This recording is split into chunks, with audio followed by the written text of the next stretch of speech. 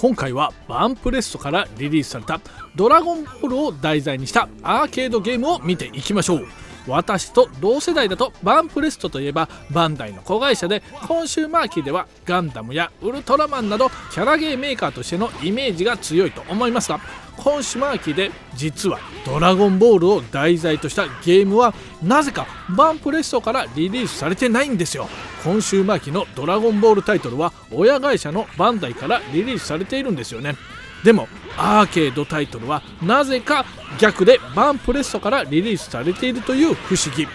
まあなんやかんやと大人の事情があってリリースする会社が違うんですよね。それではバンプレストからリリースされたドラゴンボールゲームを見ていきましょう。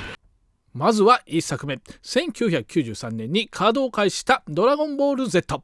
ジャンルは 2D 格闘ゲーム。スーパーファミコンでは大ヒットしたドラゴンボール Z スーパーブドウ伝がリリースされていたが、全くの別物になる。それもそのはず、開発したのはあのクソゲーで有名なスーパーファミコン版ジョジョの奇妙な冒険をこの世に送り出したコブラチーム。その出来はご想像通り、グラフィックの見た目は良く、キャラクターが大きく迫力がありそうで、キャラクターの再現度も高く面白そうな見た目。稼働時期が1993年ということもあり、スーパーブドウ伝のアーケード版かなと勘違いしたプレイヤーも少なくなかったと思う。私自身そんな一人だった。ゲームシステムは通常の 2D 格闘ゲームなような感じだが、全く違うゲームになっている。ジャンプの概念がなく、上入力することにより空中に浮遊する武空術を使用する不思議システム。ボタンでの操作はパンチ、キック、必殺技の3つのボタンでの操作になる。バー2回入力でダッシュとコマンド入力による必殺技。そしてこのゲームの独特のシステムとしては、必殺ボタンを押すだけで使える飛び道具の弾き返し。このゲームでかなり重要なシステム。基本的に距離を空けてペチペチと飛び道具で攻撃するといった地味な戦いになりがちなので、プレイキャラクターはフリーザ編のキャラクターの8人。悟空、ベジータ、ご飯、ピッコロ、リクーム、バータ、ギニュー、フリーザと少ない、なんか微妙な人選。キャラ性能としては圧倒的に不利なのは飛び道具を持っていないバータ。そして強キャラは弾き返すことができない魔漢光殺法が使えるピッコロだろう。独特なシステムとしては、気功弾でとどめを刺すとキャラクターの視点が変わり、とどめ演出が見れる。悟空でご飯に容赦なくとどめを刺すことも。2作目として1994年ドラゴンボール Z スーパーバトル。先ほどの作品の続編としてリリースされた。先ほども説明したが 2D 格闘ゲームとして崩壊している前作からゲームシステムは大きく変わり、あの不思議システムの空中浮遊システムはなくなり、通常の格闘ゲームのようなシステムになった。ボタンでの操作は弱パンチ、中パンチ、弱キック、中キックの4つのボタンでの操作になる。そして弱と中同時をして強攻撃になるなど、新サムに近い疑似6ボタンシステムになる。コマンド入力による必殺技、超必殺技、投げ技などもあり、ゲームシステム自体は一般的な 2D 格闘ゲームと同じような感じ。そして武空術システムはスーパーファミコンでリリースされたスーパーブドウ伝のような画面が二分割されず、ただ切り替わるようになっている。地上戦とのシステムは基本的に変更はなし。グラフィックは前作ではデカキャラでグラフィックは良かったが小さくなり、なんか微妙なグラフィックになっている。スーパーファミコンじゃねえみたいな感じで劣化している。このゲームの特徴としては、空中で必殺技が打てたり、むちゃくちゃスピーディーなゲームスピード。ゲームスピードはストリートファイター2ダッシュターボの影響なのかむちゃくちゃ速い。久々にプレイしたが正直戸惑うほどのスピード。参戦キャラクターはセル編から10人が参戦。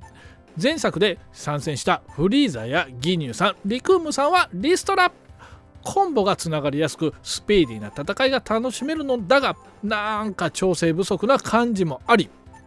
さすがはコブラチームといった出来になっている。前作よりマシなんでネタでやってみてもいいかも。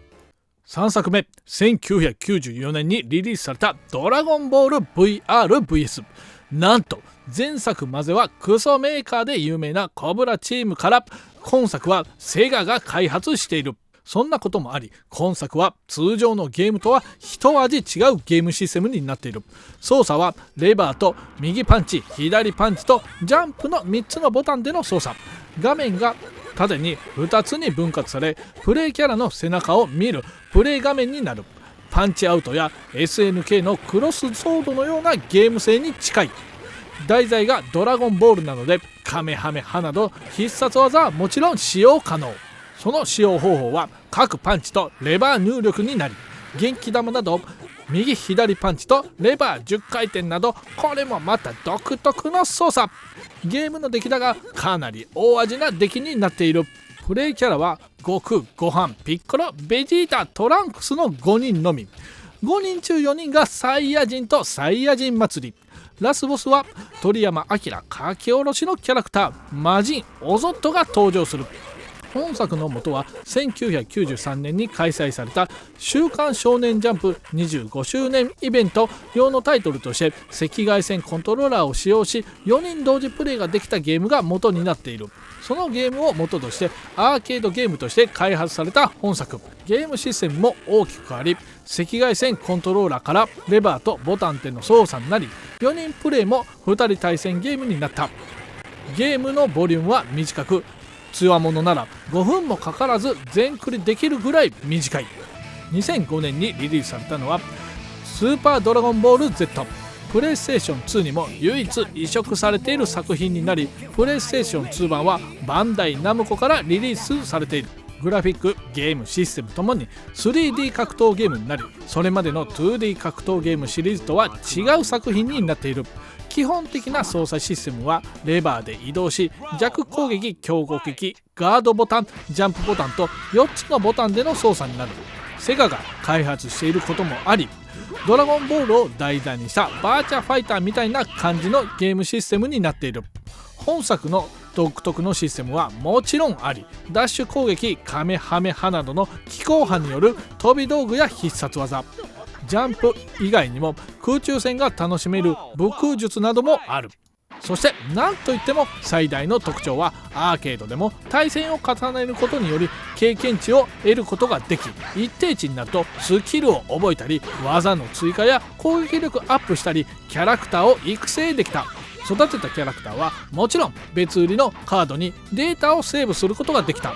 バーチャファイター4や鉄拳5などもセーブできたが、コスチュームや商業だけだったが、キャラクターの能力がセーブできたのはこのスーパードラゴンボール Z だけ。そしてプレイキャラだが、アーケード版は全12名で、移植されたプレイステーション2版では18名に増えている。この動画はプレイステーション2版なので、キャラクター選択画面はアーケード版と違います。ちなみにプレイステーション2版ではアーケード版はフリーザ編までだったが、魔人ブー編までが参戦している。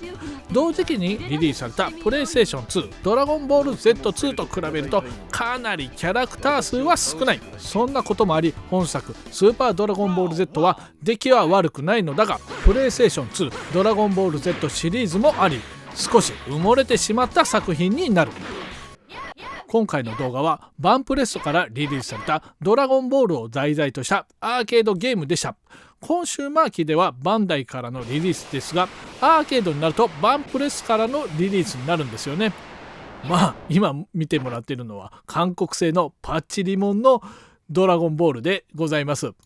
今回の動画はこれでおしまいです。これからもいろいろな動画作っていきます。チャンネル登録よろしくお願いします。それではまた別の動画でお会いしましょう。バイチャ。